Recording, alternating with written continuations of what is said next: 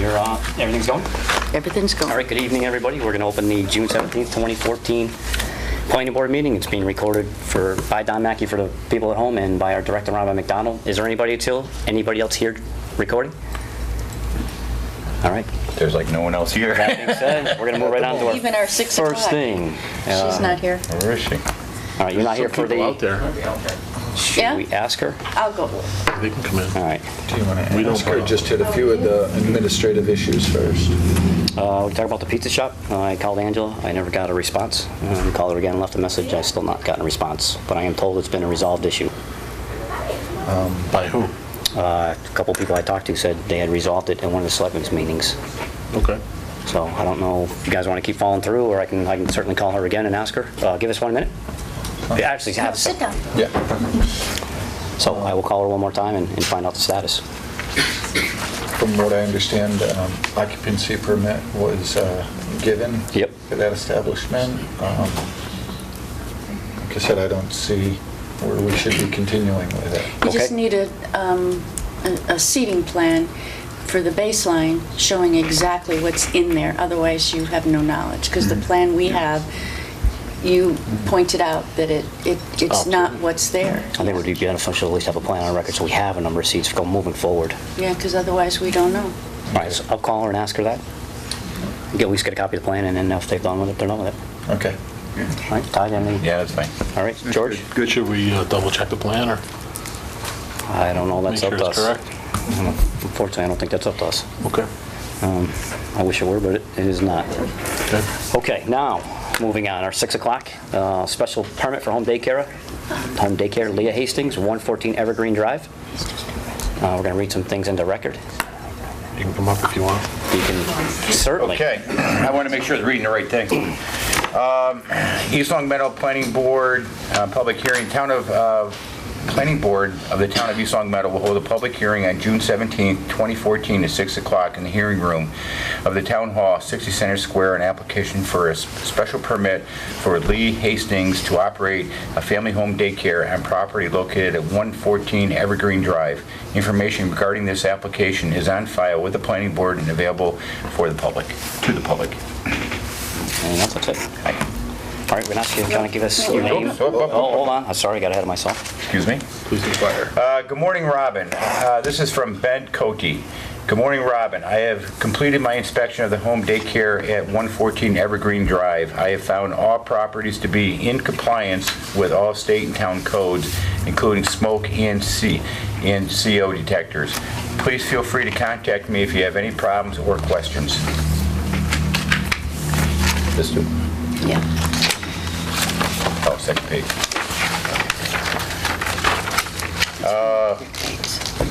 Okay, this is from Rick Bates, Police Department. East Long Meadow Police Department, Family Child Care Home Review, site location 114 Evergreen Drive, East Long Meadow, Mass. Site manager Lee Hastings, same address. State license 9017879.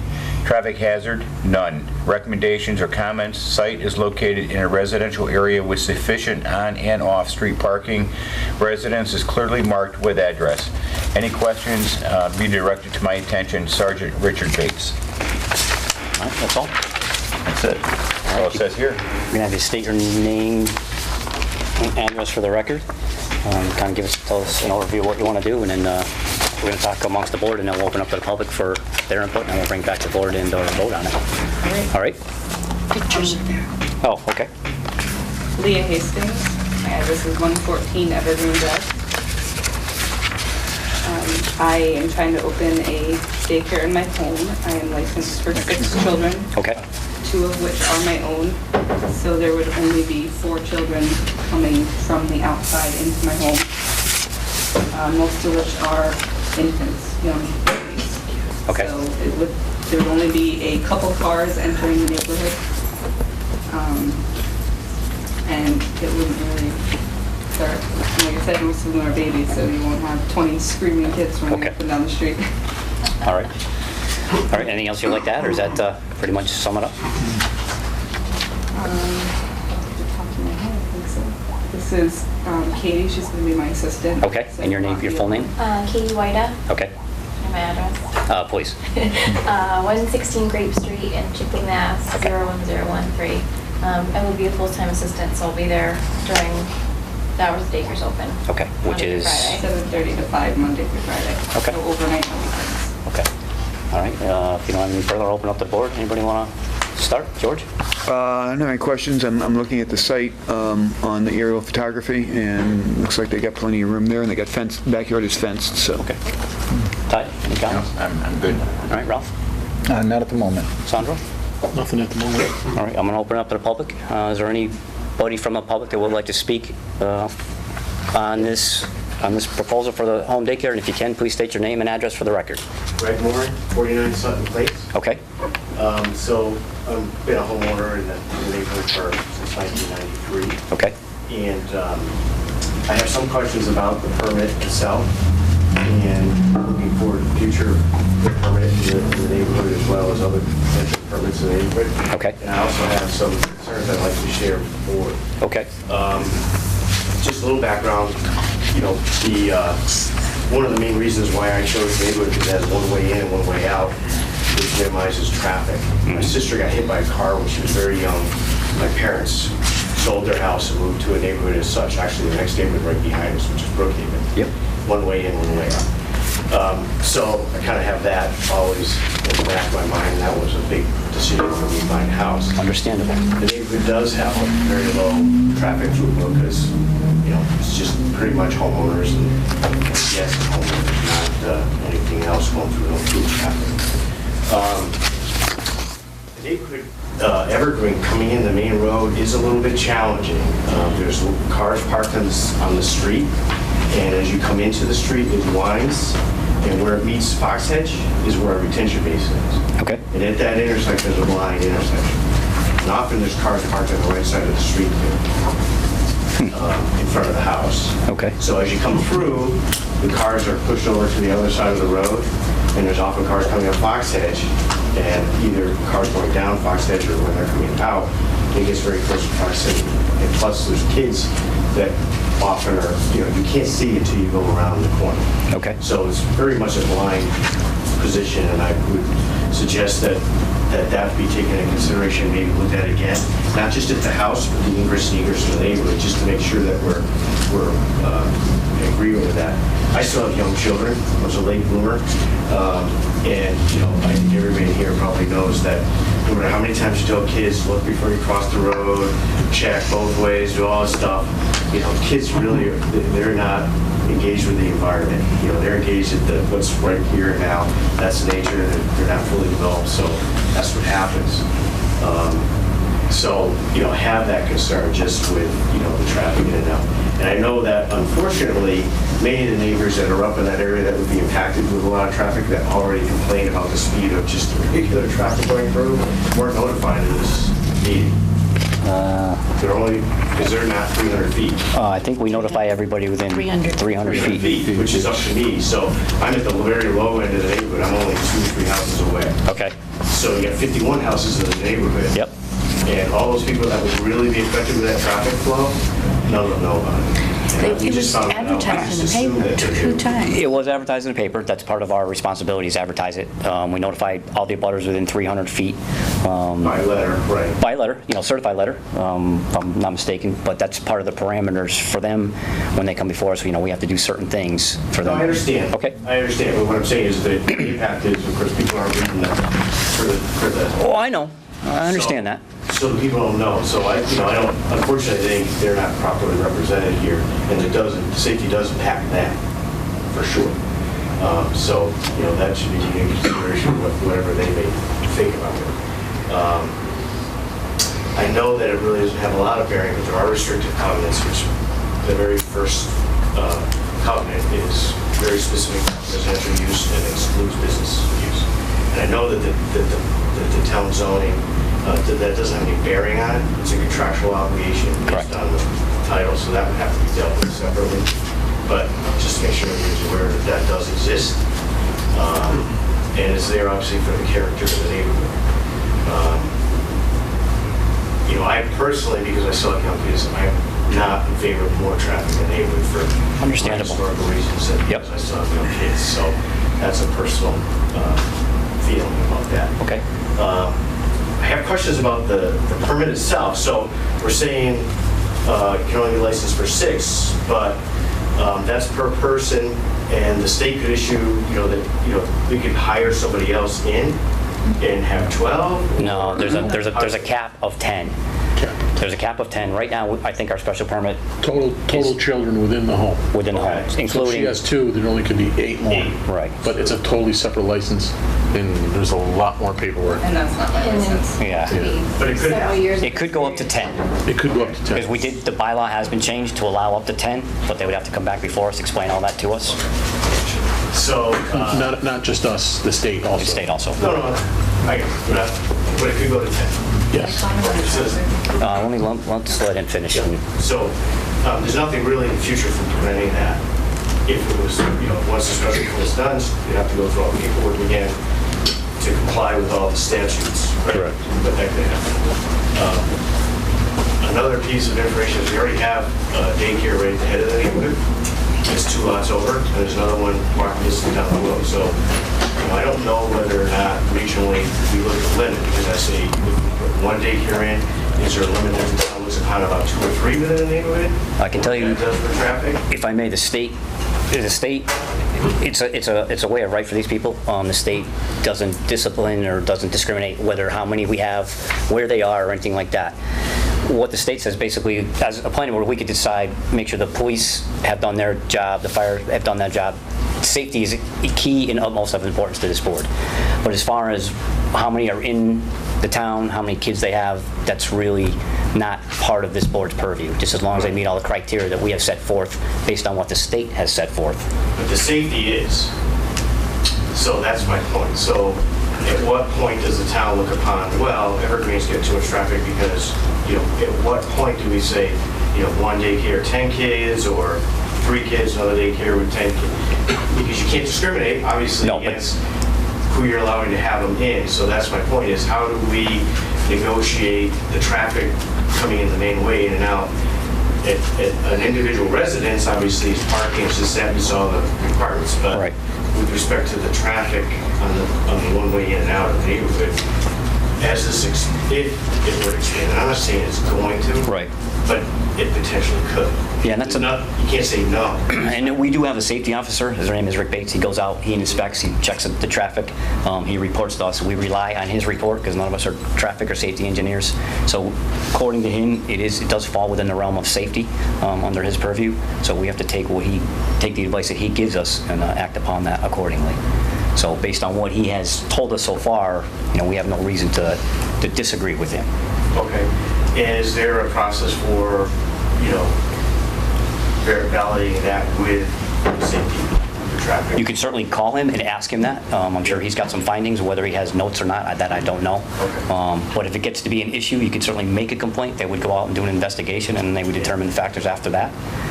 We've done that in the past. I'm not trying to single out of one. I understand. I'm just thinking, looking at the whole picture, Yep. and saying, what could be?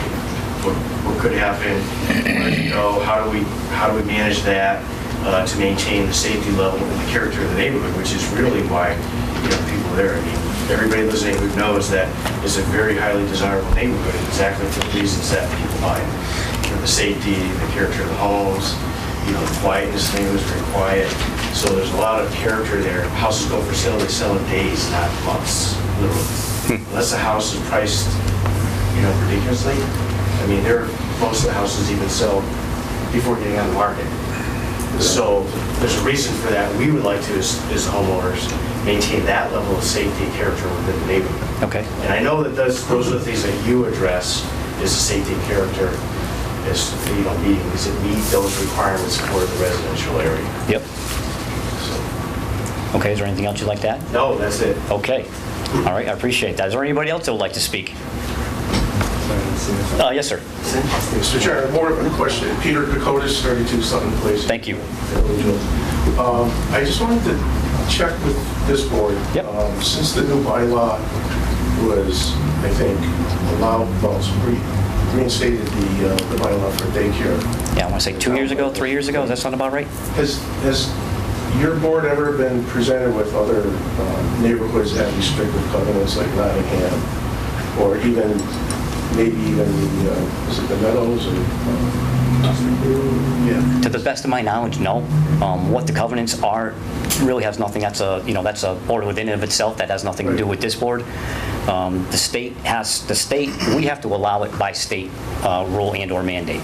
So what goes on in that subdivision has nothing to do with this board. Sure. So if you decide that you as a group or a collective agency or whatever, you want to take it up with the individual, that's not up to us. Because it seems like it's conflicting. In what way? Well, because if the neighborhood restrictive covenant has a potential violation, it's up to the association to get a quorum and then actually vote on that. Correct. Corrective action. And Leo is new to the neighborhood, and welcome, by the way, so I wish we met earlier. But our restrictive covenant was tested a few years ago of the magnitude where an above-ground pool wanted to be put in. So Okay. we went to secret ballot, and it was not approved. So potentially, through notification, that the neighborhood could vote on this again. So what would happen? That would be entirely up to you, whether you choose to kick her out of your association or your bylaws, what have you. That would have no bearing on us whatsoever. She would probably come back to us and say, I'm not doing business anymore, and we probably, she would either turn a permit in or it will be revoked. Not revoked, but So negated, for lack of a better term. So my general process question for the board, when you have a new bylaw like the daycare allowance, and you know of a restrictive covenant, doesn't it make sense to get approval in the neighborhood first before? Not for us. Okay, so It doesn't. totally, Yeah, we have to, that's, I don't want to say gray area, but that's not something that we can, purview. That's not in our purview. We can only deal with what's in front of us as long as I meet the criteria that's presented to us with the state's bylaws and our own bylaws. What goes on in the association, we have no control over and no say in at all. Excuse me, this is the opinion from Jim Donahue on that issue. You might want to read it. All right, this is from our attorney. Dear board members, in reference to the above matter, you have requested an opinion as to the relationship of municipal permits versus restrictive covenants. A restrictive covenant is a private limitation placed on a parcel or parcels by the owner that in some way limits the use of said land. By statute, generally they last up to 30 years, and for specific questions about the length of the statute and a specific restriction should be reviewed.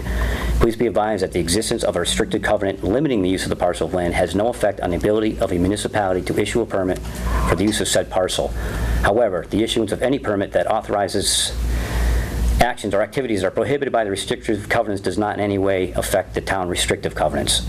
The prohibited actions are enforceable by a person legally entitled to seek the enforcement of said covenants even if the municipal permit authorizing a prohibited action has been issued. Operation under a municipal permit, to the extent it is for use or uses prohibited or limited by such covenants, is subject to the restriction. The restrictions in no way limit the permit granting authority of the municipality, but the permit has no effect on the restrictions. They are mutually independent of each other. So what he's saying is, you have yours set of guidelines and or rules, we have our set of guidelines and or rules, and they do not intercede with each other in any way, shape, or form. But the restrictive covenant can be enforced by the homeowners. By the homeowners association, but not by us.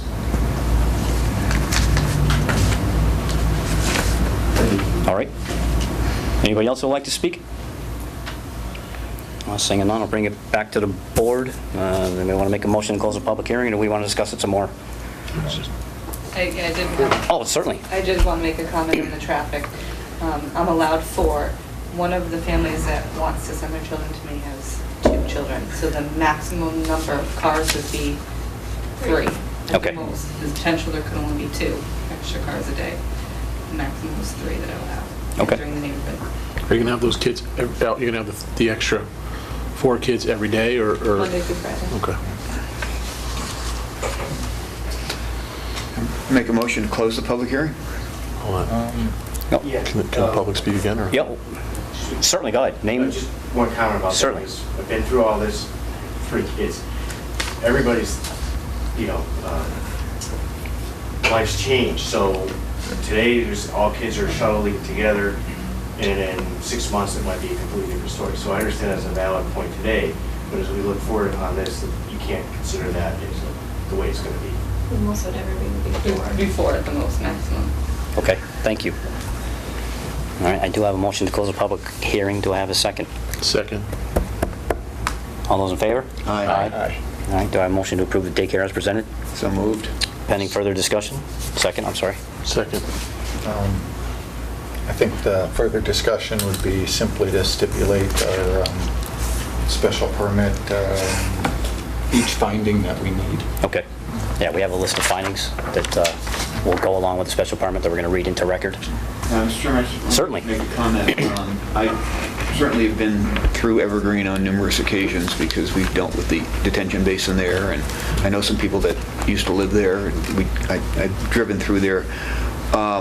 It is a very quiet area. It does not have a lot of traffic. I don't think that the additional 4 cars twice a day is going to make a difference, and I have to rely on the findings of our public safety officer who understands the amount of traffic that a road can handle.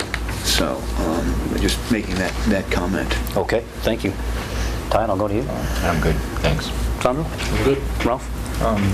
Being under a special permit, if conditions change, if the traffic is found to be excessive by our officer, under a special permit, we can always bring that back in to relook at it.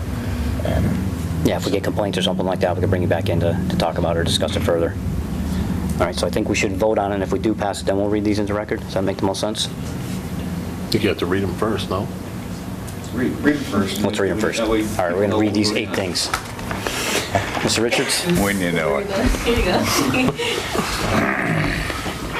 Let me take my time. Certainly. Upon motion duly made and seconded, the board finds that the special permit application as presented meets the requirements imposed by under MGL Chapter 46 in Section 7, 7.20, 7.30, and 7.32 of the zoning bylaws for the following reasons. The planning board finds the single-family structure to be an appropriate location as it exists in a residential district. It is on a town road and has adequate play area to accommodate the children for playing outdoors. The planning board finds that the use as developed will not adversely affect the neighborhood as it is a family neighborhood and the number of children are limited to 6, including the children that live in this location, and no abutters or neighbors appear in opposition. Number 3, the planning board finds that there will be no nuisance such as excessive noise or safety hazards created as the area in which the children will play will be tended and adequate to accommodate the 6 children that will be attending this daycare. Number 4, the planning board finds that there are adequate facilities provided for the proper operation of the proposed use, and there exists town water and sewer, and the operation is in the home of the family of the applicant. The applicant is licensed by the state, and the premises has been inspected and approved as to all health issues. Number 5, the planning board finds that this use does not need to address the criteria regarding parking areas as portions drop off children and pick them up, thus not having a need to park. Number 6, the planning board finds that the exterior feature or appearance will not be detrimental to the surrounding neighborhood as no changes to the exterior home are to be made.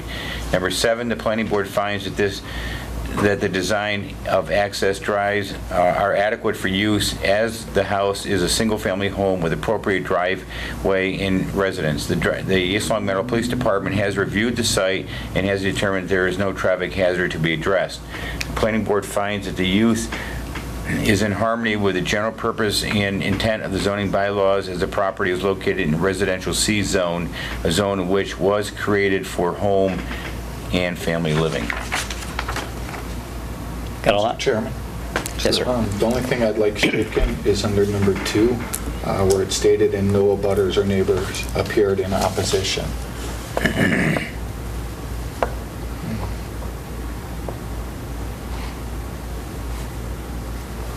Number 8, it's not residential C. Right, I was just thinking that's residential Double A. A, right? Yeah. Double A? I think it's double A, correct? I think it's single A. No, it's double. Is it double A? What's the frontage? It's single. 175. I think it's single A. It's single. Single? 140 feet of frontage? Just looking at the map, it's single lane. I'll check it. 140 feet apart. That's A. It's a It's a- It's residence. 175 for double A. The other change I would, I think the reference to Massachusetts general law is incorrect. I think that should be Chapter 40A, Section 3. All right, I'll have to check it. Can I use this? Oh, absolutely. I mean, I'll make a note of it. Okay, yeah, we'll Yeah. make it out of it, amend it. That's the section that governs daycare and what's allowed. Okay. Okay, and the restrictions I'll just look at it. on this. Section 6, Chapter 40 is reserve funds for towns. Okay, So I a don't little think different that's- there. Yeah, I think that's a little different. Yeah. So that needs to be corrected so we have the right citation, that's all. All right, anything else anybody wants to add? Now, we've got a motion made and seconded. Any more discussion? No. All those in favor, pending the changes we made on the 8-item list? All those in favor? Aye. All right, you're all set. So I think there's 21-day, 20-day 20-day appeal period, and we'll get the information and everything that you need for your end of it. All right? Okay, thank you. Thank you. You too. All right, next up, we've got request for waiver of site plan review for Michael Moynihan, Ground Force Excavation, 263 North Main Street. Certainly.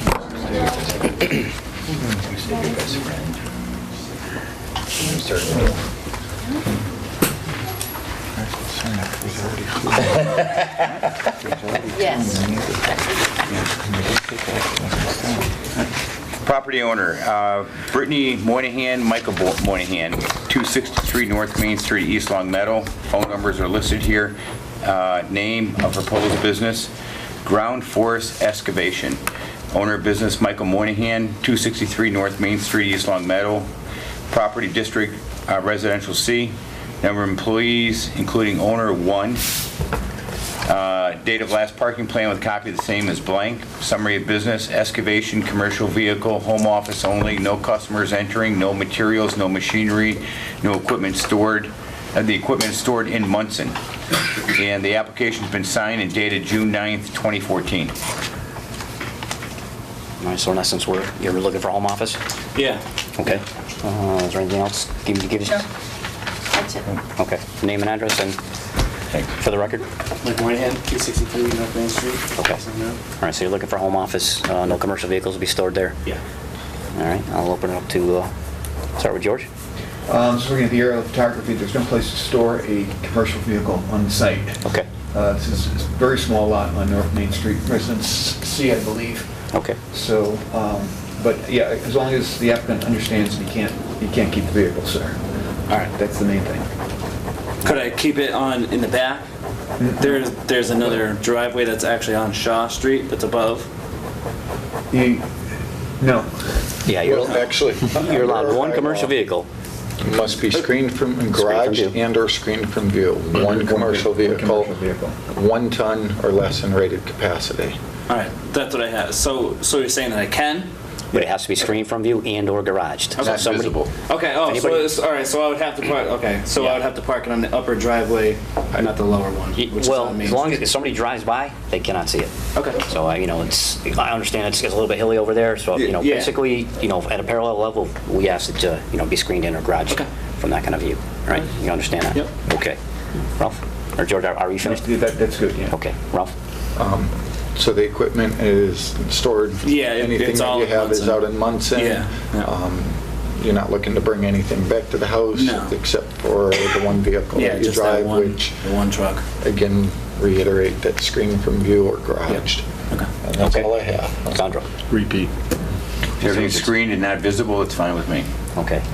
My comments pretty much mirror my fellow members, so, that's all right. Make a motion to approve the waiver. I'll second the motion. All right, we've got a motion made and second. All those in favor? Aye. Okay, you're all set. All right. Thank you. Thanks for coming in. Who made the motion? George did. George, I seconded it. Thank you. All right, next up, we have request for waiver of site plan review for visual changes, 100 Shaker Road. And me, us. Come on up. Brian Schweitzer, this is my brother Michael. Okay. Nice to meet everybody. Now, we'll read a couple things and Yes. we'll get... Oh, this is it? Yeah, we have a copy of the plan. Okay. Oh, all right. Request for waiver of site plan, property owners, how do you say the last name? Schweitzer? Schweitzer? Schweitzer. Schweitzer, okay. Tom Schweitzer, 34. No, I was gonna say, that's not that. That's Tom John, that's the building owner. We're the contractor. Oh, okay, property owner Tom Yeah, that's Schwan? Sean. Sean, okay. 34 East Greenwich Road. Name of proposed business, Visual Changes, Inc. Mark Maruka. Okay, great. Thank you very much.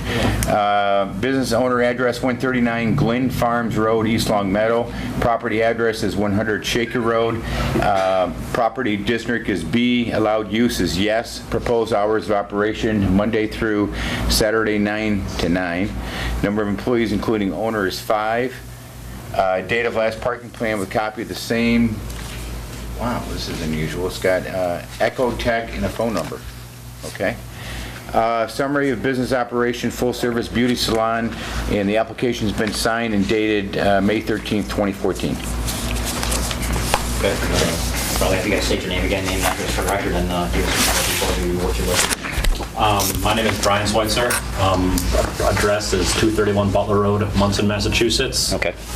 My name is Michael Schweitzer, address 231 Butler Road, Munson, Mass. also. Okay.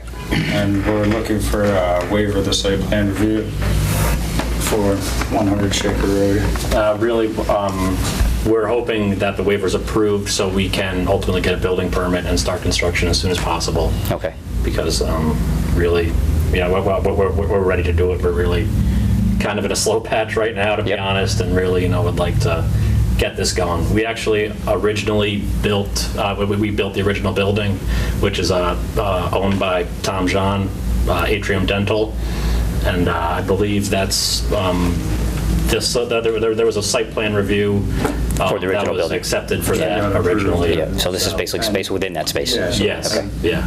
All right. So obviously we have a parking plan on record. I was just gonna say, I think the parking is on this plan. Did you bring the parking? Yeah, I'm assuming we've already approved the initial plan. The way they figured it, Okay. it works. Yeah, because I know we have to. Yeah, there's 40 total spaces, 20 of which are occupied by the dentist. Okay. That leaves 20 for, the future tenants. Okay. The way we calculated it, square footage wise, they would need 13 spaces, 13 and a half spaces. All right. So that essentially leaves another 7 left. Yeah. Okay. So, For future business. All right. Because I know we went round I and did round look this. at that. Okay. Good. All right. Anything else you'd like to add? Questions from you guys? Well, I'm going to open up the board in a second. Okay, that's the front of the building. So you'll be taking this side. yeah, they would be taking this tenant A space and part of tenant B. Towards the This is the street right here. Yep. Okay. It's actually the old post office. Yep. Yeah, I remember. Spent a lot of money there. All right, Todd, I'll start with you. Yeah, no, I think it's okay. Sandro? I'm good.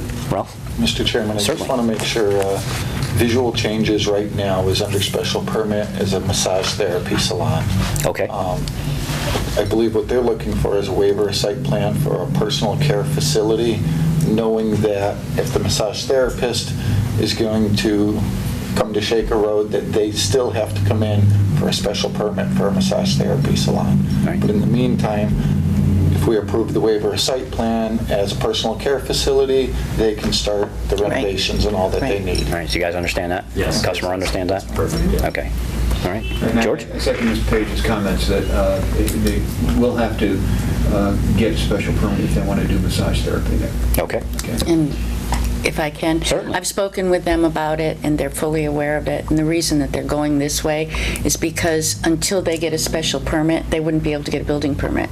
Oh. So by just doing the hair salon as a personal care, which is an allowed use, and you don't need a special permit, they're still going to apply for the amendment to the special permit. At a later date. But, yeah, Okay, that makes sense.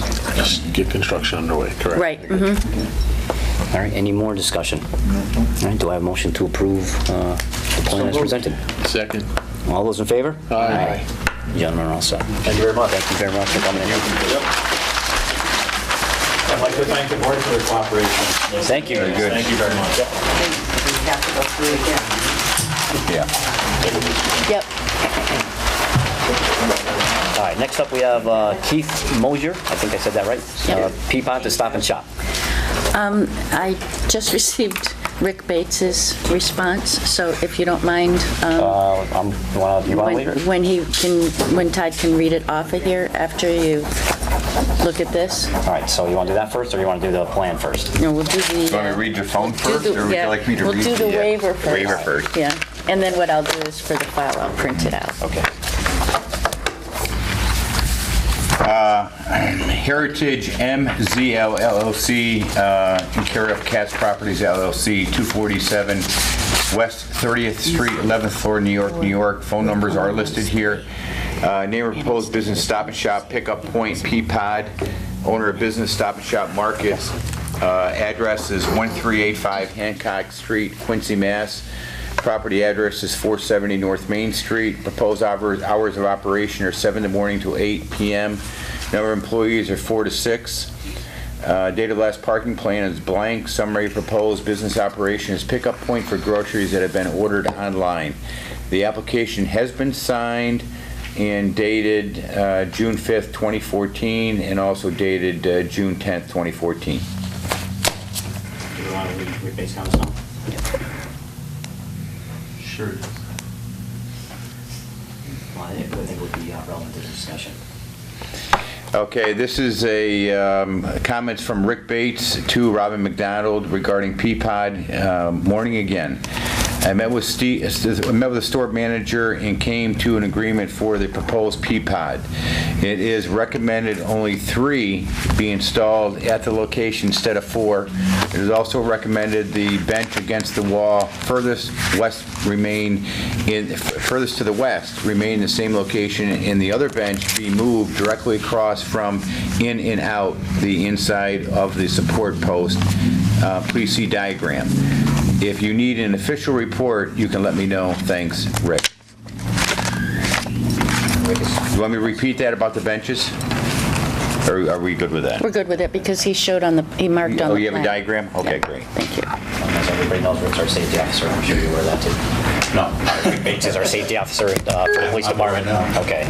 We rely on his guidance when matters of safety and/or traffic. Oh, that's fine.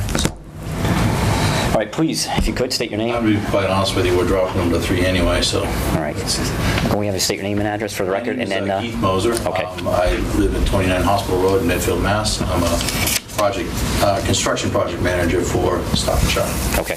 I'm actually Ahold, which is the parent company. Okay, so you want to give us kind of an overview of what you're proposing here? Yes. Give the board understanding? The basic use is as I don't know if people are aware, but Peapod is a home delivery service that takes totes. They take people's orders online or by phone. They put them on a truck and then they drive to a person's house and they deliver to a designated area at a designated time. This is the same service. The only difference is that it's a pickup point. What we found in the comments coming back over the years is that people don't like being not strapped to their house. I don't know, there's probably a better term than that. Yeah, I understand what you're saying. Yeah. But at that particular time. So what they more rather do, and especially this service is actually more for, well, if I can actually put it in, the 25 to 35 dual income with kids that go to that woman's daycare center and pick them up and then just don't want to spend an hour in the grocery store. The average customer spends over an hour in the grocery store. They'll park, they'll go into the grocery store and spend over an hour. This service here allows them to come in, and according to marketing, which isn't quite true, but it's supposed to be 3 minutes and under. I've timed them because I have nothing better to do with my life, and it's about 4.5 minutes by the time the attendant gets out, gets the order, puts it back in the trunk, and then they're ready to go. Okay. That certainly frees up a lot of time for the busy home care person. I can't say wife because it's a lot of times it's the men that come too. So in essence, you'd be relieving some of the traffic congestion by cars coming there less. Yes, if you break it down, most of these units do, most of these locations do about 10 cars a day. That would take about 10 hours as opposed to you're taking 5 minutes if you average it out, and you're taking a grand total of 50 minutes. So you're having the same 10 hours worth of cars there in a 50-minute span. The product comes in, it's nothing stored there overnight. This is basically just an area just to keep the product safe because we try putting it in the front of the store, but people have curiosity and they have a tendency to, even though they're closed totes, to open them up and look inside. So it's mainly just a way to keep the product safe from the general public and to make sure that everybody gets their orders. And that's the basic thing. There's about 195 of these all over the East Coast now. Interesting. And I'm doing them. All right. So you're aware of the number. You straightened that out with Mr. Bates as far as the three Peapods, where the benches are? I'm sure Robin. Okay. So I didn't see that ahead of time, but Yeah, he just sent it in. Yeah, okay. And moving the benches too. You should. Can I see the diagram? Certainly. The benches were proposed in the front. I think he doesn't like the fact that they're too close to the road. I think he wants one over here behind this. I'm assuming that's a planter or some kind of a... Right. The post? It's a column. Yeah, that's what I'm looking for. Column. Thank you. That was Bollard. It's actually a column that holds up the canopy. Okay. Yeah. I was part of it. So basically, we keep one. Get rid of one.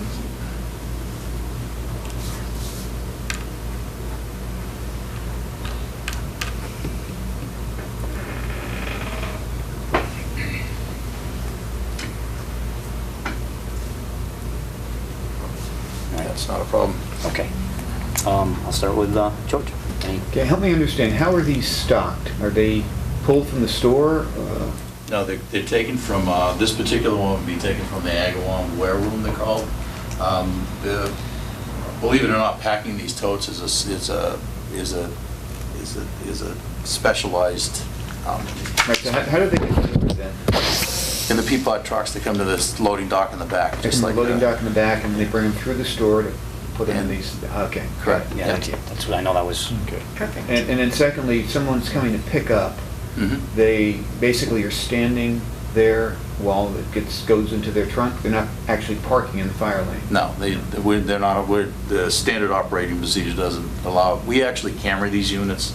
Not supposed to tell you, but we camera the units. We put 6 cameras. So we have 2 on the parking lot itself. We have 4 on the units themselves. Okay. And nobody's allowed to park in the fire lane. We actually can better police our own traffic there because your concern's well understood by us. I mean, it's a common thing in a supermarket for somebody to park out front and run in, or to leave their wife in the car if they're elderly, and it is a problem. Because we do have buses going through there, as you're probably aware. Right, there's a bus stop right Bus there. stop right there. And so, but they will pull up next to the area. They will be running across the travel lane to do the car. Yeah, it's the same way that's picking up the carriages. Okay. It's the same store. It says 4 to 6 employees, but there are no more employees than what are currently in the store. Okay. We're not adding to the store, it's the store's employees. Just trying to themselves. understand the operation. Yeah. Okay, thank you. And it's an attended service too, so it's not like, we know we can control it from the website, we know when they're coming, we know how many orders a day, they have a manifest to start, so. Okay. You know, number of totes are coming, who's getting and what they're getting. Ralph? Now, if I understand correctly, because of this shopping center and shared parking that we have, there can't be any designated specific spots for this. Robin told me that, yep. Okay.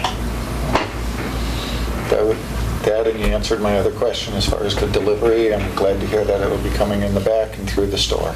Okay. Sandro? That was my main concern, the delivery.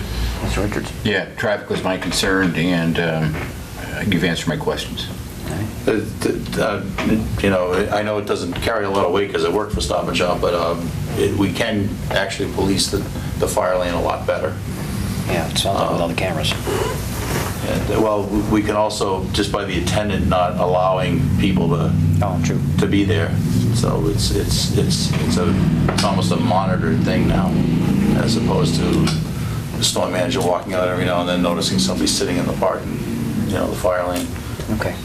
That's something we're cognizant of. I mean, Just out of curiosity, is the attendant inside the store, or are they outside near the no, he's pods? outside most of the time, and he knows exactly when somebody's coming almost, so.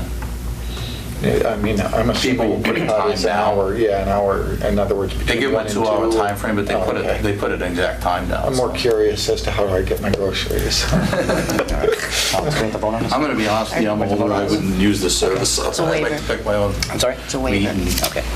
my own produce, so. All right, anybody want to add anything for put it to a vote?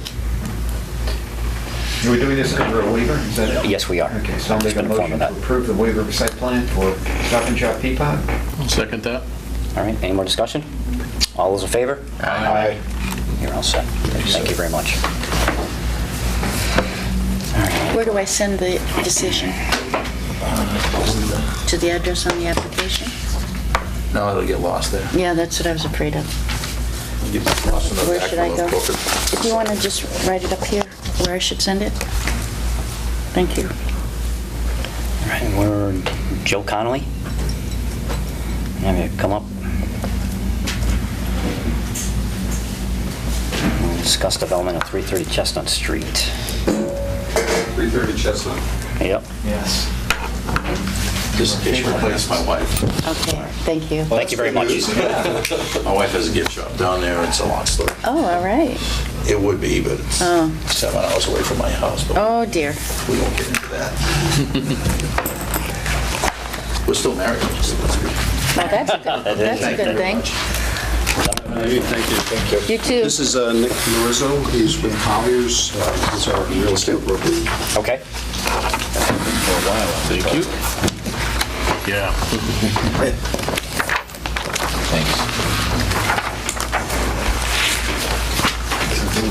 Thank you. We try to make it look as good as possible. It's marketing, right? Yes. That's what we're selling.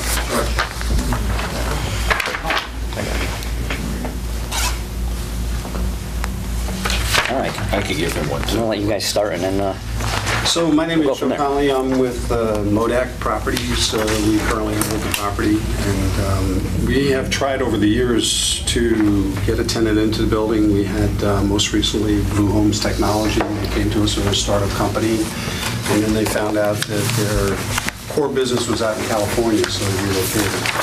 But having said that, we've looked at the market, we've gone long and deep, talked to everybody, gone into crazy Including me. prices. I don't know if you remember me or not. Yes. Yeah.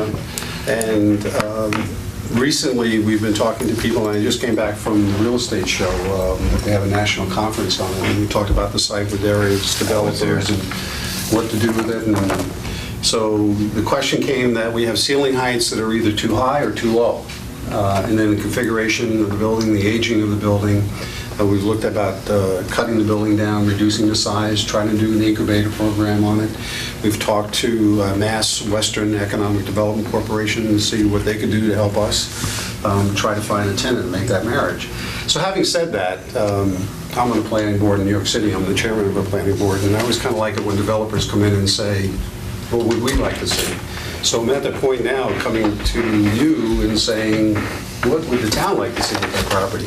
We've, as I said, we've gone long and deep, and Nick can bring you up to speed a little bit about it. We've had, tried to get manufacturers in there, but because of the nature, it was built in the this was built there. I have a similar factory, which is Sulfur United Technologies in Silicon, Connecticut. This was built to withstand a direct bomb hit. I've heard a lot of the... Poured in place concrete, the roof and everything. Rebar, 3 feet thick roofs, yeah, it's bomb shelter. With food processing, meat That's what I've heard. lockers. Yeah. So It's scary. it's difficult to work with the building. It's not like you can raise a roof or move things around or do anything with it. I mean, it's very solid, but it's solid. It's Right. a piece of concrete. Yeah, I've talked to the guy that looked at it for demolition purpose, and they said it would be a very tough job. Very expensive. Yes. Very expensive. Well, because I know there's some environmental issues there too. We're working through that. Okay. I mean, it's not a showstopper. No, I know. We're going through that right now with DEC, and we just have to do a little more testing for them. That's what they'd like to see, but Okay. we're in good shape. The good part is that it has all utilities, it was built as a manufacturing plant, so there's plenty of water and sewer capacity and all that, and electricity. And it's a 40-acre chunk of land, which is a big piece of land in any town. And there's not a lot of available land even in East Long Meadow. And we think that there's a higher and better use for this, and we're really looking to you to see what ideas you have that you could give us that we could go out to and market it to other uses versus industrial use, which is the industrial garden zone right now. So is it retail?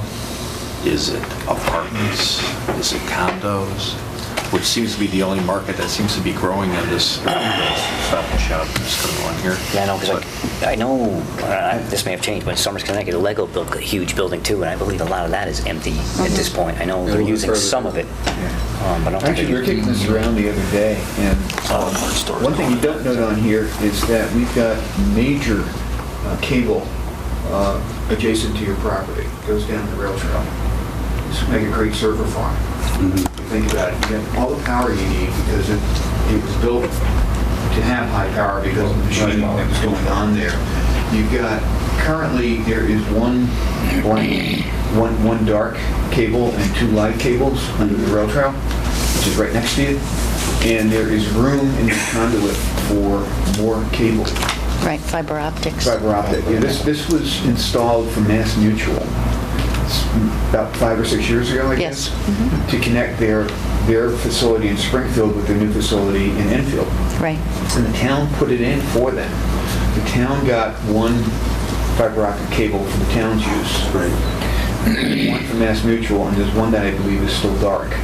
And there's room for more there. So this, you don't note it here, but that you have a wonderful connection to the internet right there. Oh, didn't know that. And if you think about, you fill this building with servers, I know Google and Amazon are looking for places all over where they've got that combination of power and access.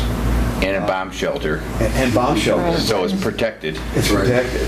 I don't know, whether you can market it as that. We're just kicking it around. One of the things that popped up was being out of the box. We even looked trying to create a solar farm on the roof. And we found out we could generate about 5 megs of power. And we talked to people at the town planning board at the time to say, how could we shed some of that load because we're producing too much at that time. So that's a thought that we've given it to. We even looked at wind, but wind didn't work up in this area. But trying to be creative and think out of the box for different things, for different uses. How about like a truck hauling place, like an ABS or like a UPS, anything like that? You guys have reached out to those people or anything like that? We did for distribution centers. Yeah, and, distribution centers is better. There was recently an interest for a corrugated box manufacturer, but we're faced with this problem that for 350,000 square feet of the building, you have 22-foot ceiling heights. It doesn't work. And then the high bay building is 55 feet. And for insurance purposes, you can't get the sprinkler system down low enough without putting in a false ceiling. And a false ceiling doesn't work. So those are the combinations we look at. Not that we're saying that we want to tear down the building. If we can find a user, that's the puzzle that we've been going through. And at the same time, as I said, trying to find other uses for it, like solar energy. It's really not a great location for retail. Right. It is industrial garden park. You'd have to change the zone. You have to change the zoning for that. I'm sorry, I didn't mean to interrupt. I was going to say, also, you've got residential right down the street. You've got industrial right across the street with American Saw. Yeah, we watched that 55 and older community built out, and it's pretty successful, I think. And so we thought that maybe one of the considerations would be residential. We don't know how that would work with the town. But we thought that if we had the ability to reach a broader market and then come back with something besides industrial or commercial, that may be a way to try to develop the property. And then if we're successful with a developer, come back and say, this is where we think the fit is, would you entertain the zoning change? Before we answer that question, I looked at this site many years ago with Joe, and The reason why I looked at it was to do a Lowe's development when Lowe's is looking at the site behind Stop and Shop before they enacted the big box restriction.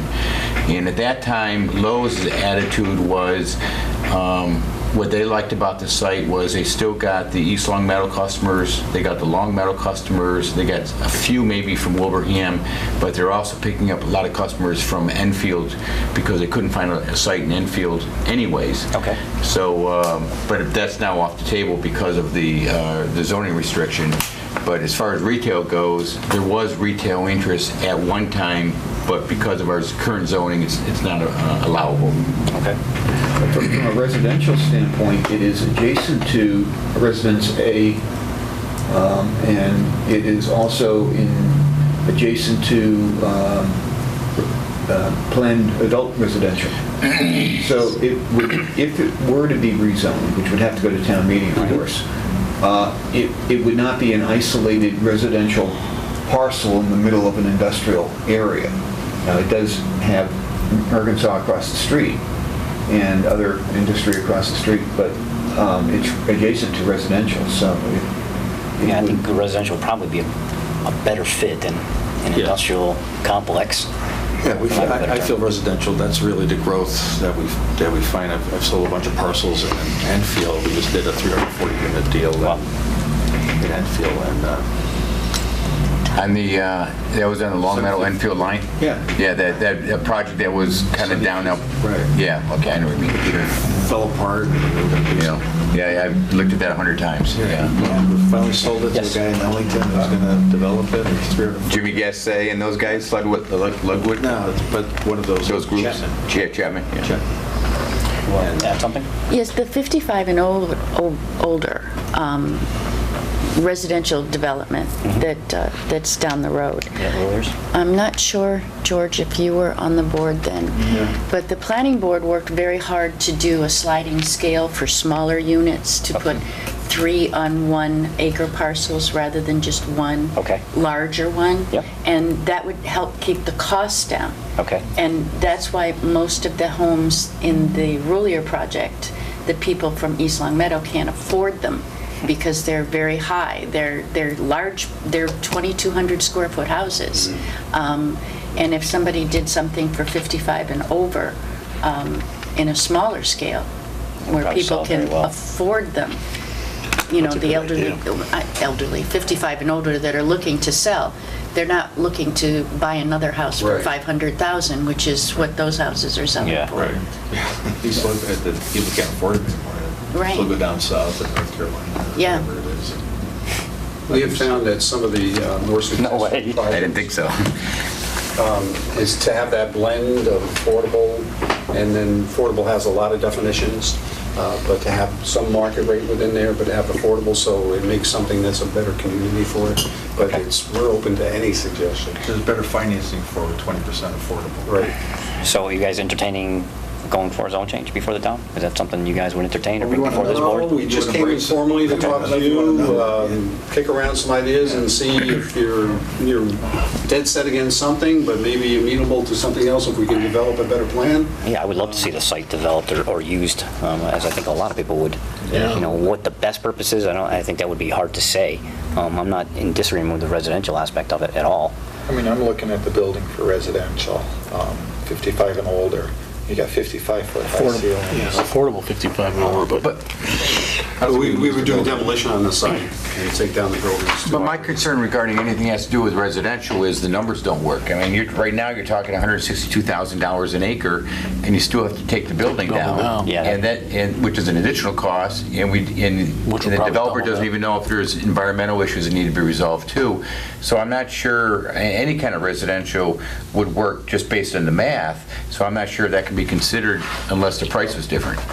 Yeah, I think that would be up to them. Obviously, that burden would be on us. Right, of course. Without a doubt. Yeah. Developers are buying this at $15,000 a unit is typical. That's what I've sold these other units for in the Enfield. Yeah, because we're... And I know this discussion is not meant to be about the math, but I'm just trying to be realistic. That is Yeah. true. 15,000 units, what sells, that's what these developers come in and buy at. So if you could get, figure it out. How many units you could get approved? 300 units times 15,000. Yeah, it's, be all after engineering and everything else, retention, detention, conservation, what have you, what's left, how it's caught up. That in and of itself And is they're all is a single big family, because we don't have project. apartments or anything like that. We have multiples on for... Elderly residential. Well, elderly residential. So if you made the zone elderly residential, but that's 62 and over. Okay. That's not 55 and over, Right. the Or it's apartments. getting older. But it'd be a lot less paving than what you have now. That's More true. green area. No, It would look a lot better. It would Right look a now, lot better. it's an eyesore. Whatever it was, it would look a lot better. It is what it is. But, along those lines, Chris Carr keeps saying Yes, that Brownstone. Brownstone, I don't know if you're familiar with Brownstone Gardens in town here, it's a elderly apartment complex, basically, that is partially affordable, and 20% affordable, no, majority affordable, I'm sorry. Right. And minority market rate. It is a nonprofit, actually. It came out of a church, although it's a standalone corporation. And they have been looking to expand for quite some time, and they can't because of environmental issues, particularly wetlands, okay, and access to the back end of their property. But There's a waiting list, correct? there's Oh, a yeah. big wait. Almost for that. 3 years. And, Almost 3 years. I don't know, That's 62 how the and financing over. would work. Yeah. They're not exactly, a big business. But Chris Carr is the guy, C-A-R-R, it's Carr Property Management. Oh, yeah. Okay. And again, I don't know whether to be interested or not, but certainly I know that they're trying to find a way to do more of that. And it's a great group of people. I know a bunch of people on the board. I can't speak for them at all, but I just mentioned that they might be somebody to talk to about something like this. There's lots of financing for those type of developers out there. I think they're partially subsidized by the housing authority, too. I don't know that. I think so. I'd have to I ask think Lynn that's about one of the that. housing authority areas that we have in town. Yeah. So, yeah, the financing might come through. All right, so I think for conversation's sake, I don't think, we'd be adverse to it. You'd have to certainly come, present the idea to us, and Sure. then we'd go that route. But again, that would be up to you guys, what you decide, which way you want to go. When you start entertaining demolition numbers, engineering numbers, and again, that'll be up to you, whether financially we have to feasible. make the project work. Yeah, that's entirely up to you. So, I mean, it's our best interest to, have a brainstorming session with you guys and try to come up with something as well, because right now, it's not doing anything. no, not doing anybody any good. I have charged this company to go wide and as far as they can, and we've never said to anybody, don't come to the site. We've tried to entertain every type of possibility. And it really came to light, as I said, talking to people about the building and what the realistic use is. We don't see somebody moving in because of the ceiling heights. Right. And the configuration of the building. So that's what the dilemma that we're at right now, and I thought it'd be better to have the dialogue to see Yep. if there's a possibility to... It's hard to reuse based a on building what- like that. Yeah. It really is. Yeah, because it was purpose-built, and now it's... Yeah, and with asbestos that may be in the building, with heating, ventilation, air conditioning, just so many things. The building's so obsolete Yeah. for today's standards. It's difficult to use it. Which is a shame, but... Everything It is a based shame. on cube. For our company, we did the same thing. We had to build something because we did narrow aisle for picking and sorting. It can never happen at this building. One part of this building is very, very unique, which is the section with the very high ceilings, the Yes. clear span. I mean, anyone that really needs a high ceiling, clear span building is perfect for them. Perfect. We try to get all kinds But it's hard to find, there's not those... Even recreational uses, trying to get people Yeah. indoor soccer, all that kind of stuff. Yeah. None of these people either have any money. Yeah, I talked But to the some... problem with indoor soccer is it just doesn't generate a lot of income. I mean, you're talking $200 an hour. Right. That's what. I mean, how many hours do you have to be in operation? More than 24 hours a day. Right. So there's the issue. I did know that quite a few years ago, it was in the late 90s, Monsanto sold their high bay facility up in Indian Orchard to a steel fabricator. Okay, because they needed that steel fabrication, I don't know whether there's a call for more steel fabrication in this area. We've got 2 50-ton cranes in the building, and And they work, they're amazing. They are amazing. So what I try to reach out to is companies that are on the West Coast that are creating the wind turbines that they would relocate here, but we couldn't get them the interest. Only for that high bay, we thought it was a perfect fit. Yeah. Yeah, because correct me if I'm wrong, in the main building, the columns are spaced 40 foot on center to each other, perpendicular? Yes, in the low-rise building. Yeah, and I know a couple people told me that would prohibit them from, trying to do what they want to do in that building too. So that would be another dynamic you'd have to take into consideration. You mentioned retail earlier, when we talked about that. The town does have a bylaw against big box stores. Yes, we're very aware of that. Yeah. So, and I think that does... That's a shatter deal, right out of the water. Reflect the attitude of the townspeople. Yes. So that's something to keep in mind. We would not propose that. No, that would be tough to take account. Yeah. You really couldn't do the retail nowadays anyways. I mean, the climate is so much different now than it was 10 years ago. Yes. Across the United States, they're tearing down malls. Enfield is pretty successful, and we look at that and say that's the retail center, for the larger national chains. So there's no way to compete with that. Interesting. Did you look into, like Stick has the incubator where, you combine a bunch of different businesses and small footprints, some need more than other, and I know a lot of them are dealing with the high-speed internet. I'm not sure, like I said, if that's something... People that come to us are wanting 1,000, 2,000. Did you talk to the guys who want to do the rail cars for the state of Massachusetts? Sent that to them too. Yeah, I mean, The restoration I think they're close to... What's that? That's a restoration project? They're rebuilding close to 300 rail cars for the T in Boston, and the contract has to be let to a company that's going to manufacture the cars in Massachusetts. In fact, the site that we used to have on Page Boulevard is in the running for that, and the numbers over there are astronomical compared to your numbers. It'd be a bargain to buy your site. And they can probably do it all in one building. Bring them over. Well, you better pick up the phone and make a phone call because they're close to... Development people, so. Yeah, we had interest from... It's a Chinese incubators. company. Yeah. I want to say Kawasaki, but it's not. It's another name like that. Suzuki. Okay, I think. But we did reach out for incubators. We went to the state and said we will subdivide it down as much as we could, but we couldn't get the interest generated. There was an electric car company that was looking to come in, a battery company. So everybody that you could think of, we tried to cultivate for interest in the site. At one point, we did pass a medical marijuana bylaw this spring. And at one point, the idea came up that this would be a facility where it's big enough to grow stuff indoors. Absolutely, and there's no windows. There's no windows. That's a lot of marijuana. The thing is, We're going to be known for growing pot. Not really saying, but seriously, under state law, you have to grow indoors. Yeah. Okay, I don't know if you're familiar with the state. I've done 3 in Connecticut. You can grow 50-foot-tall plants. Yeah. 55. It's just a thought. The biggest facility we have. The only issue is the playing fields across the street at American Saw. But those are privately owned. Right. And, We even looked at fish tank farms. yeah, so Oh, a fish hatchery. in Amherst, wasn't it? No kidding. Sorry? There's one up in Amherst, wasn't there? Or in South- Yeah, the proximity wasn't good for them, and the distance, they said that it wouldn't work. But that was another thing that we had tried. Yeah. All right, well, I think... So what we'll do is we'll go to market, try to find a different or repurpose the site. Okay. Come back with a viable plan before we come back and make sure that it works. That sounds And then great. make a presentation to the board, and we'll see where we go from there. Terrific. And if you want to explore that cable, that fiber optic accessibility, I would talk to Department of Public Works. Okay. Because they're the ones that maintain that, and they're the ones who, I think, know what contract. NIT. NIT. IT, Ryan. NIT? Yeah, Ryan Kirby. Right, Information technology.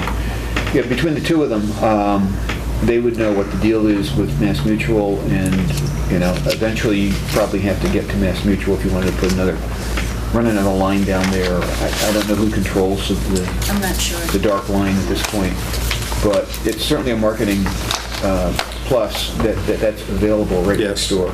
And it's a high capacity, thing. I don't know, I think it's a T1, but I'm not sure the exact designation. I'm not sure. It might be Might be bigger than that. Okay. We'll chase it down. It's a big pipe. All right, Robin, you want to add something? Do you have a list of the larger developers in town that might be interested in residential? No, we never explored that, that. would they? We never explored it, but We didn't go that If you far wanna give me a without call coming to you tomorrow, first. I can give you that information. I'll give you my card, too. You know, there's a couple that I can think of that might be interested that would have the capital Right. Yeah. and enjoy large projects. Thank you. Pass those around, just in case, any ideas? Thank you. Yeah. Email me, send me, talk to me. Okay. See if I run out, sorry about that. That's okay. My email's on the data sheet too. Okay, good. But to be clear, I didn't want to go down any path unless we came to Yeah, no, talk I to you first. appreciate that. Appreciate it. And as soon as we can put something together, hopefully, we'll be back to you soon. But we're still working very hard on it. I don't think we want to leave that property empty. No. And I'm sure you're in contact with West Mass. I know you're sort of in competition with them at the same time, but they Every time there's a need, they're sells trying to something, market. yeah. So, We call them, and we Okay. ask them who's looking in the marketplace, Good. even contacts that I have over in Worcester, and see if they want to share something with us. yeah. So that's the extent that we, How about the Economic Development Committee in this area? in this area, I'm not aware of that. We have sent them information. Again, Okay. I'm willing to Sounds like you guys have done leave your all homework. these, pass them around. Okay. We want to get something done. It's been a long time. Joe's been very patient, and we want to get something done with this property. So We would love to see something done with it too. Very good. Yeah. That's good. All right, well, let's see what you guys come up with and welcome you to come back. That'd be great. Thanks for your time. Good to see you. Thank you very much. Thank you. Have a good night. All right, we're going to move on here. We've got request for waiver of site plan review with Long Meadow Landscaping, 64 Maple Street. Property owner, 7 Road Station LLC, owner address 7 Moser Street, West Springfield, Mass. Phone numbers are listed here. Name of proposed business, Long Meadow Landscaping. Owner of business is Joe Alapopoulos. Business owner's address is 1200 Converse Street, Long Meadow. Property address is 64 Maple Street, rear, East Long Meadow, industrial. Proposed hours of operation, spring, summer, 7 in the morning to 7 at night, Monday through Saturday. Never employees, anywhere between 2 and 4. Date of last parking plan is marked as not applicable. Summary of business operation is landscaping, tree removal, parking of vehicles and equipment, small mulch piles, in log stack. The application has been signed and dated May 28th, 2014. And the last time we read this, I recused myself, so I'll do the same this time. Okay. Anything you guys have any discussions about the address? Yeah, this is basically reapproving it at the right address. Correct. Make a Right. motion to approve.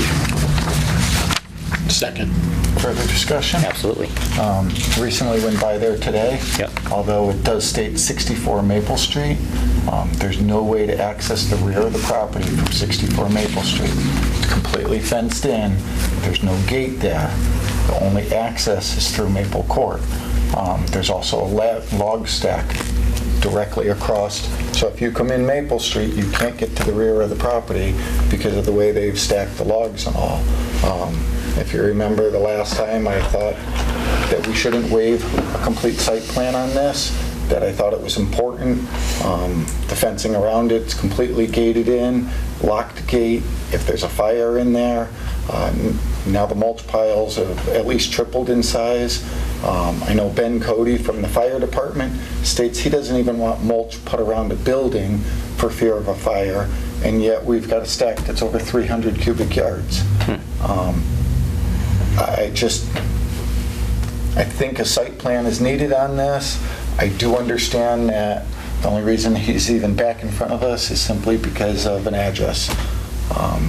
But I will state I'm voting the same way I did the first time on it. All right. George, you want to make any comments? No. Sandro, do you? No. All right. My comments would be, I do understand you can't get to the back from Maple Street, but you can get to the back from Maple Court, which is not an unusual circumstance based on the way the streets run in that neighborhood. As far as the mulch pile goes, it does sound like it is a fire hazard. It does sound like something the fire department needs to be aware of and or do something about. That being said, I don't feel it falls under this board's purview. So, Sure it does. Public safety. I disagree. That's one of the first in our bylaw. You open the section to prevent fire, panic. I mean, that's our I responsibility. understand that, but what we're asking to approve is a waiver of site plan. Basically, we're asking to, And once you waive a site plan, there's no going back. At least if we have a baseline to say, hey, this is what you have. You know what, if he changes and digs a 30-foot hole, how are we gonna know? How are we gonna go back and say, you know what, you did this? Well, we have nothing to gauge it by. We're a site plan, we have land contours, we have surface water drainage. I mean, I believe one of the neighbors, Mr. Spades, already complained about water. okay. I don't feel as though we should be waiving this. I think at least a modest site plan, waive the traffic study. Like I said, for this business going in there, I understand that. But, I mean, if nothing else, make them at least put a knock box on so the fire can get in. God forbid there is a fire or anything in there. I mean, we haven't done any of that. We're just basically saying, clean slate, go ahead, see you later. And I just disagree with it. Okay. Anybody else like to add anything before we put it to a vote?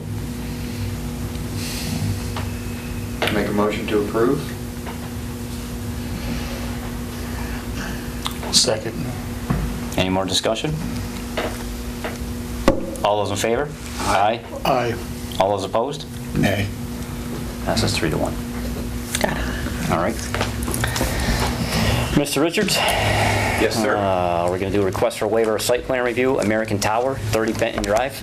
Okay.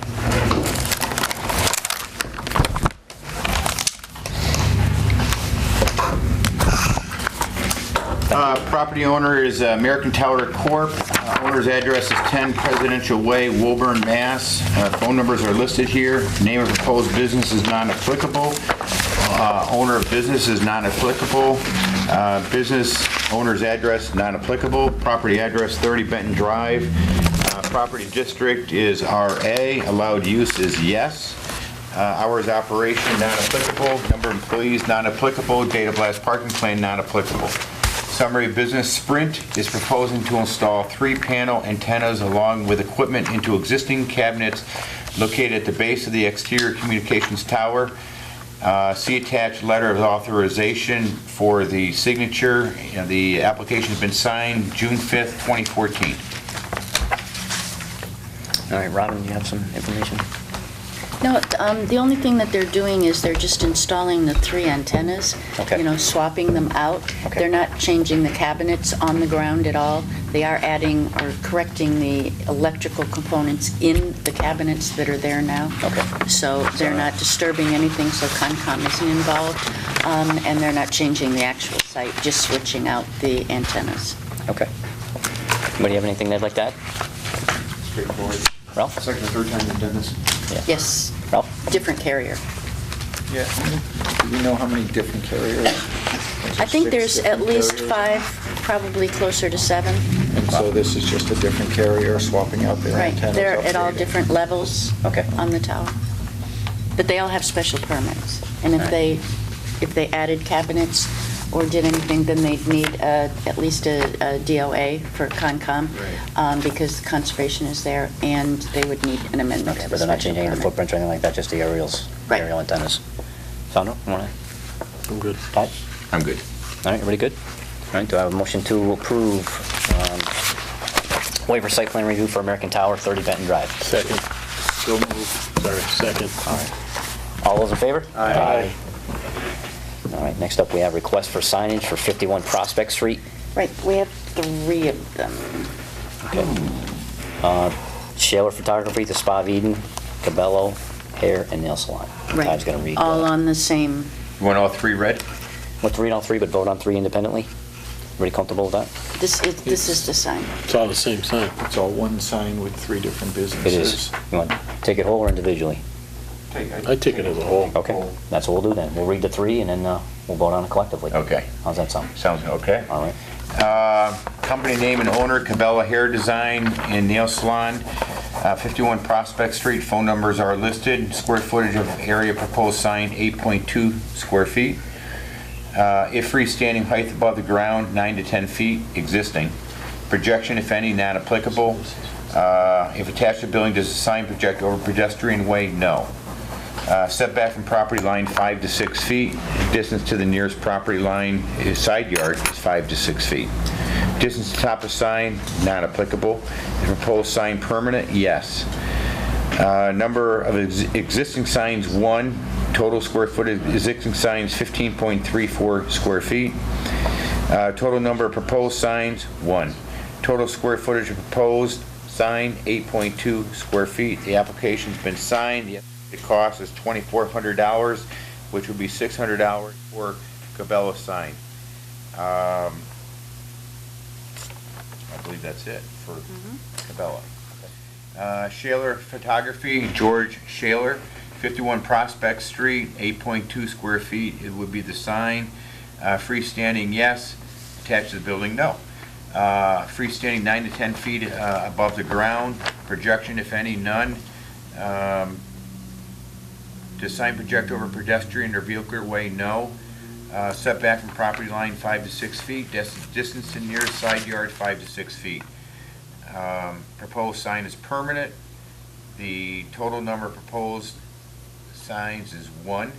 Total square feet of proposed 8.2 square feet. The application has been signed. The estimated cost is $2,400, which would be $600 for Shaler's portion of the sign. The third one would be the Spa of Eden Skin Care and Body Care, Yellen Ivanov, 51 Prospect Street. There are phone numbers listed here. Once again, proposed sign is 8.2 square feet, 9 to 10 feet above the ground.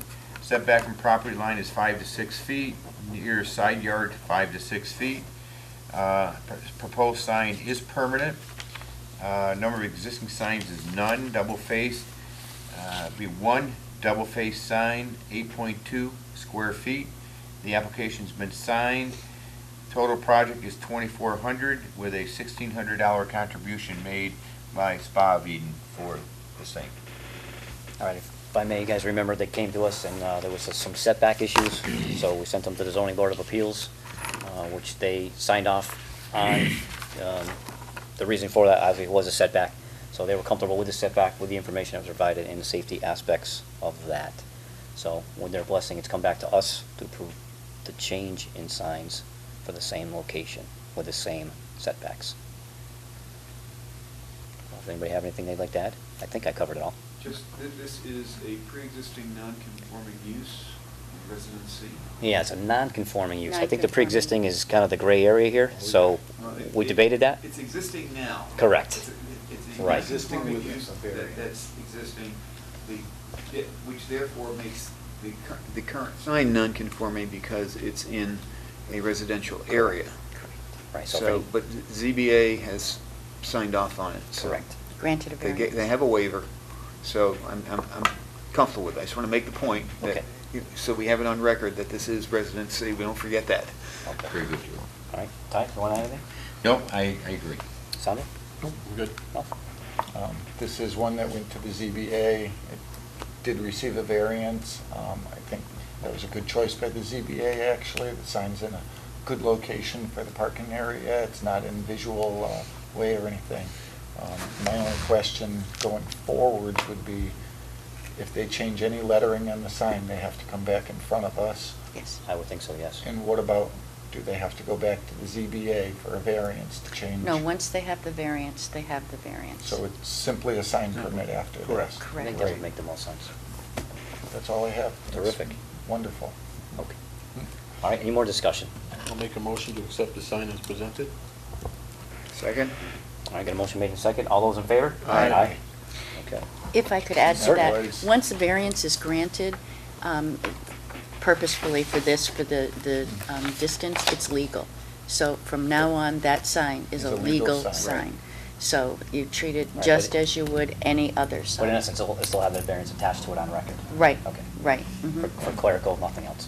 Right. Just for clerical, we approved all three signs. Yes. Correct. I know we said approval of a sign, but it is Sign, all so- three of Yep. them. Yeah. Shaler Photography, the Spa of Eden, and Cabello Hair and Nail Salon is what we approved. Perfect. All right.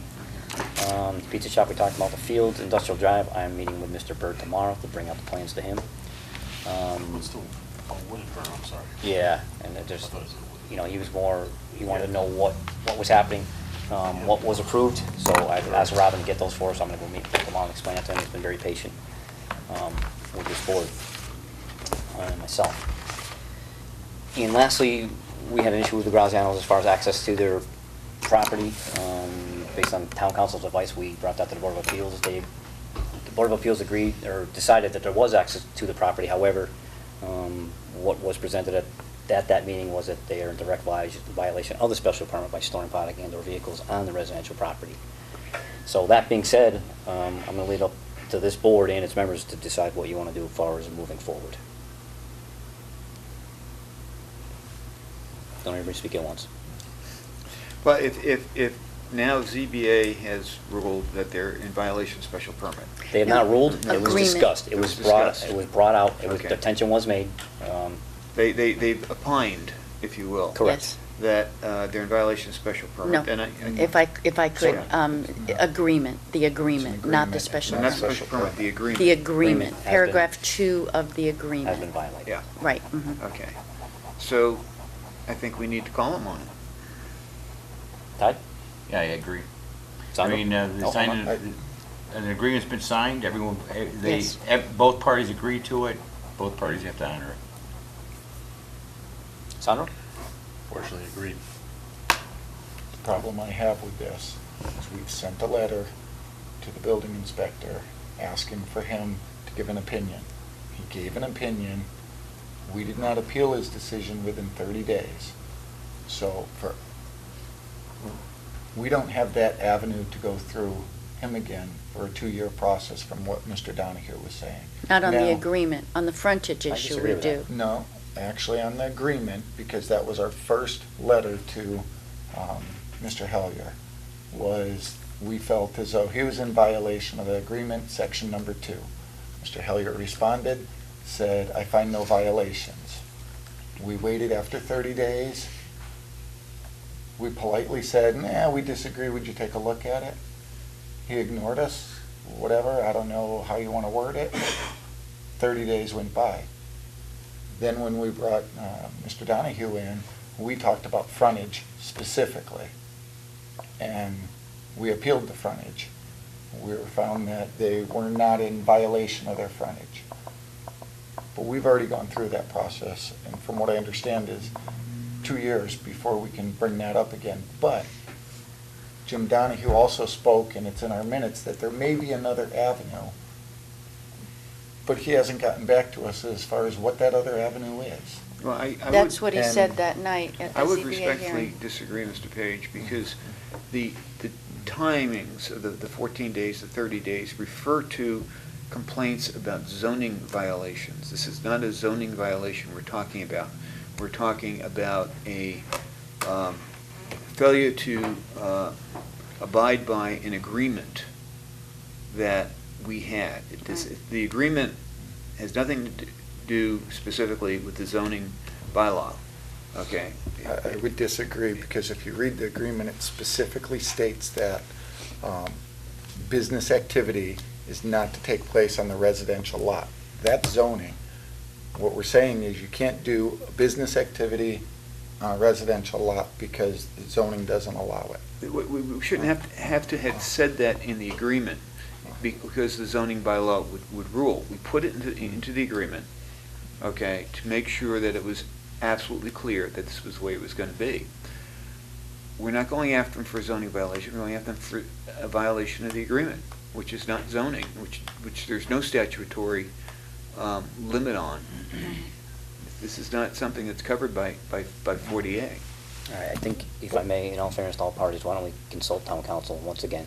I don't want to make decisions that are rash or uninformed. I'm by no means an attorney, but I think with a little bit more guidance from him, then we can probably make a better informed decision. So with that being said, I'd like to postpone this. Okay. So we have some more information. All right. Fine by me. Everybody okay with that? Yep. All right, is there anything else anybody would like to add before we adjourn? A release, Oh, I'm sorry. please. We have a release of covenants for part A of... release of bond, partial I'm sorry, release of bond. release of bond. The document is there. You gave it to me too, didn't you?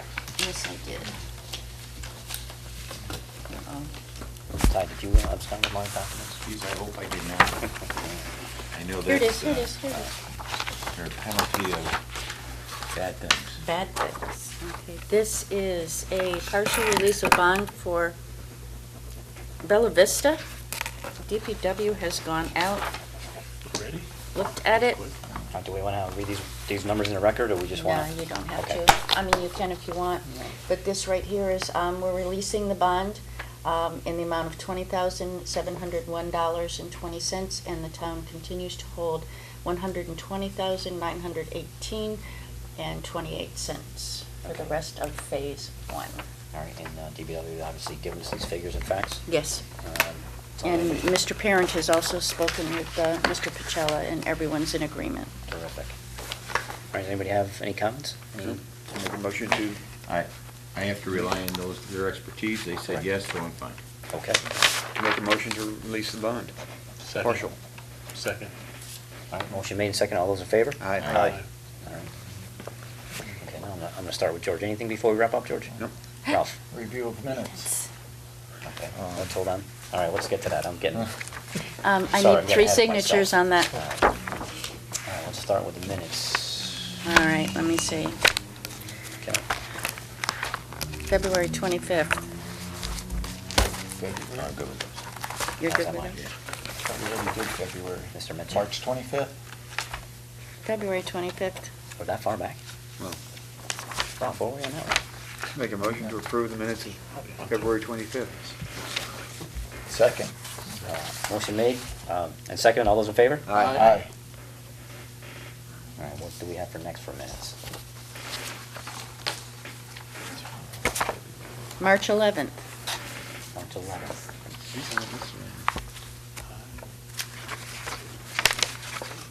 No. Any questions and/or comments? That far back. Well, we had done that. 19 pages worth. Oh, did I? Was do that those? I don't know. Are you voting? Wait a minute. Yeah, we're gonna vote on it. Do I have a motion to approve the I minutes don't remember if I was there or not. of March 25th? No, March 11th. Yes, you were. No, we did that, March 25th. No, March we did- 11th. March 11th, I'm sorry. Son got to me today. So So moved. moved. Second. All those in favor? Aye. I'm getting sloppy. All right, what is next, Ms. McDonald? Okay. March 25th. Whoops. Hold on. Moving too fast here. Okay. March 25th. Make a motion, accept the minutes as presented. Second. All those in favor? Aye. I have not looked at the 22nd, April 22nd or May 6th. I had comments tonight with regards to April 22nd. I just wasn't sure how the order went, because that was the meeting that we started with the Board of Selectmen. Oh, the you voter, were Reappointed. Oh, and okay. then, That was kind so- of a jumble that night. Yeah, exactly, and I think there's definitely some corrections that'll need to be made. Okay, let's look at that, and we'll resume that next Tuesday, or good. 2 weeks from tonight. Sounds good. Yes. Now, these meetings, the minutes that are all approved will be resent to us that are full with all the corrections the way they are. According to Donna, she already sent them to you with the changes. Beautiful. All right? Okay. Before we go into, anyone want to add anything else? Ralph? Sandra? I can't say that.